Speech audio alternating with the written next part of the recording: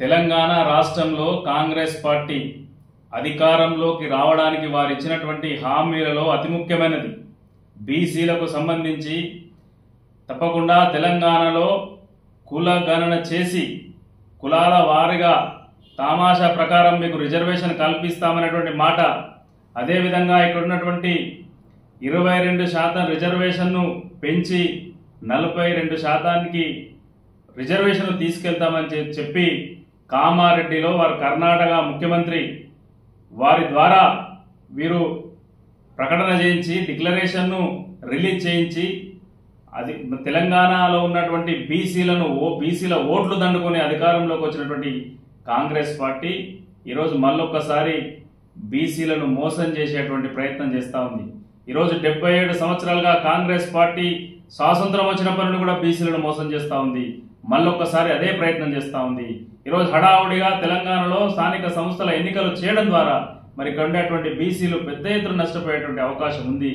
ఈరోజు 22%ని 42% పెంచుతామని చెప్పింది ఇదే రేవంత్ రెడ్డి గారు, ఇదే రాహుల్ గాంధీ గారు. ఈరోజు రాహుల్ గాంధీ గారిని సూటిగా ప్రశ్నిస్తా ఉన్నాం, అయ్యా మీరు రేవంత్ రెడ్డి గారికి చెప్పండి, ఇక్కడ కులగణన చేసి తర్వాతనే ఎన్నికలకు పోవాలని చెప్పి, ఇక్కడ బీసీలకు 42% రిజర్వేషన్ అమలైన తర్వాతనే ఎన్నికలకు పోవాలని చెప్పి ఆగా మేఘాల మీద హడావుడిగా అదేవిధంగా బీసీలను మొదటి నుంచి కూడా అన్యాయానికి గురి చేస్తున్నటువంటి జానారెడ్డి గారికి ఇటువంటి బాధ్యతలు అప్పచెప్పి మరి జానారెడ్డి గారు గతంలో బీసీ రిజర్వేషన్ తగ్గడానికి కారణమైనటువంటి వ్యక్తి. వారు పంచాయతీరాజ్ మంత్రిగా గతంలో రాజశేఖర రెడ్డి గారు ప్రభుత్వం ఉన్నప్పుడు సరైన వాదనలు కోర్టులో వినిపించకపోవడం వలన ఈ రోజు బీసీ రిజర్వేషన్ ఈ రాష్ట్రంలో తగ్గింది అనేటువంటి మాట గుర్తు చేస్తా ఉన్నాం. ఇప్పటికైనా గౌరవ ముఖ్యమంత్రి రేవంత్ రెడ్డి గారు మీరు ఇచ్చినటువంటి మాట ప్రకారంగా తెలంగాణలో 42% రిజర్వేషన్ అమలైన తర్వాత మీరు స్థానిక సంస్థల ఎన్నికలకు పోవాలి. ఈ రోజు అలా చేయక కనుకపోతే మీరు తప్పకుండా బీసీల ఆగ్రహానికి గురి కావాల్సి వస్తుంది. ఈరోజు 4 కోట్ల తెలంగాణ ప్రజలుంటే అందులో 2 కోట్లు బీసీలు మాత్రమే. ఈరోజు 90% బడుగు బలహీన వర్గాలకు సంబంధించినటువంటి వాళ్ళమే.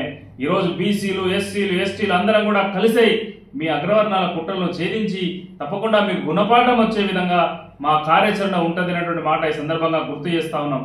మీరు ఇప్పటికైనా మీ పంతాను మార్చుకోండి.